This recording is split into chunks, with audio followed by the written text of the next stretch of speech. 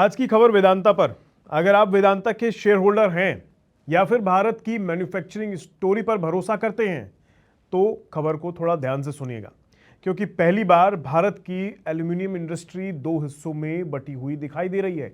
एक तरफ है वेदांता एल्यूमिनियम, हिंडाल्को और नेल्को जैसी कंपनियां जो बॉक्साइट से प्राइमरी एल्यूमिनियम बनाती हैं। दूसरी तरफ है हजारों एमएसएमईज जो इसी एल्यूमिनियम से cable, wire, auto parts, solar structures, packaging materials और किचन प्रोडक्ट्स जैसी चीज़ें तैयार करती हैं। अब इन एमएसएमईज ने सरकार से मांग की है कि प्राइमरी एल्यूमिनियम पर लगने वाली इंपोर्ट ड्यूटी कम की जाए। सवाल यह है कि अगर सरकार उनकी बात मान लेती है तो क्या वेदांता जैसी बड़ी कंपनियां जो हैं, एल्यूमिनियम कंपनियां जो हैं, उनको नुकसान होगा या फिर इससे भारत की मैन्युफैक्चरिंग इंडस्ट्री को फायदा मिलेगा? आज इस पूरे विवाद को मैं आसान भाषा में आपके सामने रखूंगा, तो अंत तक बने रहिएगा। सबसे पहले ये समझना जरूरी है कि एल्यूमिनियम इंडस्ट्री काम कैसे करती है।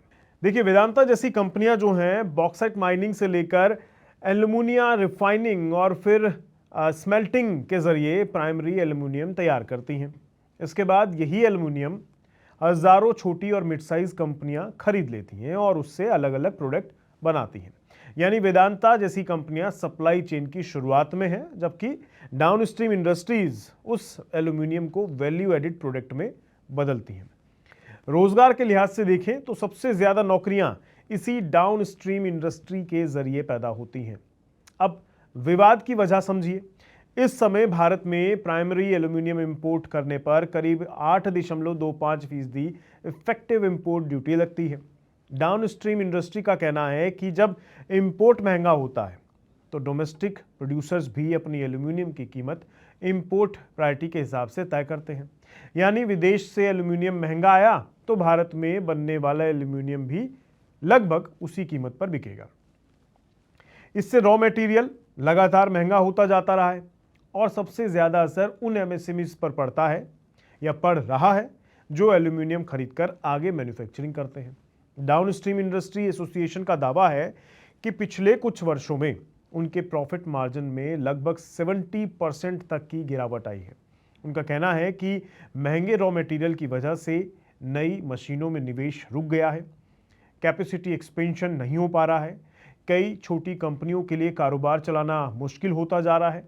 उनका तर्क है कि अगर सरकार इंपोर्ट ड्यूटी कम कर देती है तो विदेश से एल्यूमिनियम सस्ता आएगा, डोमेस्टिक प्राइसेस पर भी दबाव पड़ेगा और उन्हें कम कीमत पर रॉ मटेरियल मिल सकेगा। इससे उनकी कंपेटिटिवनेस बढ़ेगी और भारत से एक्सपोर्ट भी बढ़ जाएगा। लेकिन अब वेदांता का पक्ष भी समझना जरूरी है। वेदांता एल्यूमिनियम भारत की सबसे बड़ी एल्यूमिनियम प्रोड्यूसर्स में से एक है। कंपनी ने माइनिंग, रिफाइनिंग, स्मेल्टिंग और कैपेसिटिव पावर प्लांट्स में हजारों करोड़ रुपए का निवेश कर रखा है। अगर इंपोर्ट ड्यूटी कम होती है तो विदेश से सस्ता एल्यूमिनियम भारत आने लगेगा तो डोमेस्टिक मार्केट में एल्यूमिनियम की कीमतों पर दबाव आ सकता है। इसका सीधा असर वेदांता जैसी कंपनियों की कमाई और मुनाफे पर पड़ सकता है। यानी जो एल्यूमिनियम अभी ज्यादा कीमत पर बिक रहा है उसे कम कीमत पर बेचना पड़ सकता है। इससे रेवेन्यू ग्रोथ और प्रॉफिटेबिलिटी दोनों प्रभावित होंगी कंपनी की। यही वजह है कि एल्यूमिनियम इंडस्ट्री इस समय दो हिस्सों में या कह दीजिए दो गुटों में बटी हुई दिखाई दे रही है। एक पक्ष चाहता है कि डोमेस्टिक प्रोड्यूसर्स हैं उनको प्रोटेक्शन मिलता रहे ताकि भारत में माइनिंग और स्मेल्टिंग में हुआ जो बड़ा निवेश है वो सुरक्षित रहे। वहीं दूसरा पक्ष चाहता है कि रॉ मटेरियल सस्ता हो ताकि वैल्यू एडिड मैन्युफैक्चरिंग मजबूत हो सके और लाखों एमएसएमईज कंपटीशन में टिकी रह सके। सरकार के सामने सबसे बड़ी चुनौती यही है कि वो किसके हित को ज्यादा प्राथमिकता दे। इस बहस की अहमियत इसलिए भी बढ़ जाती है क्योंकि ग्लोबल एल्यूमिनियम मार्केट भी इस समय दबाव में है।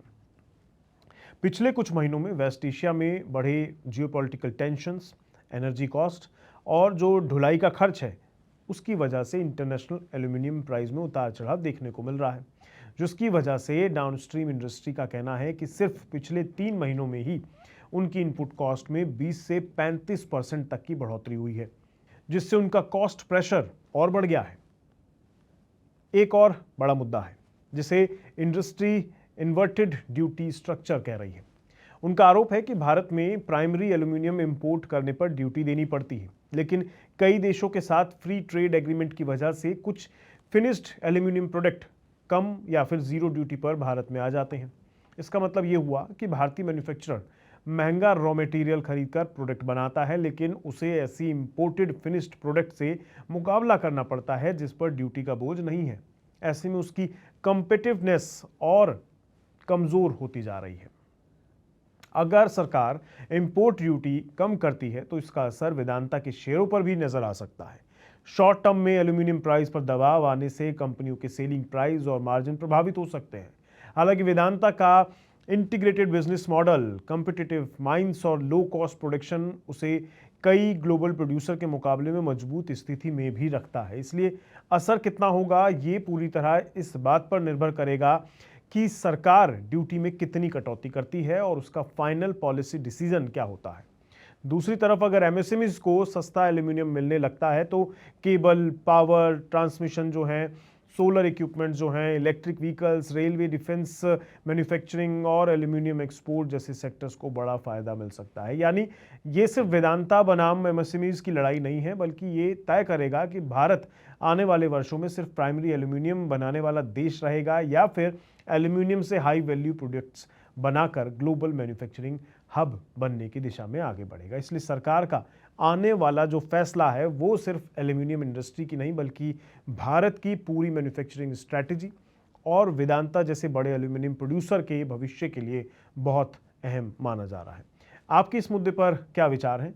कमेंट बॉक्स में ज़रूर साझा कीजिएगा। मैं मिलूंगा आपसे अगली वीडियो में। तब तक के लिए नमस्कार।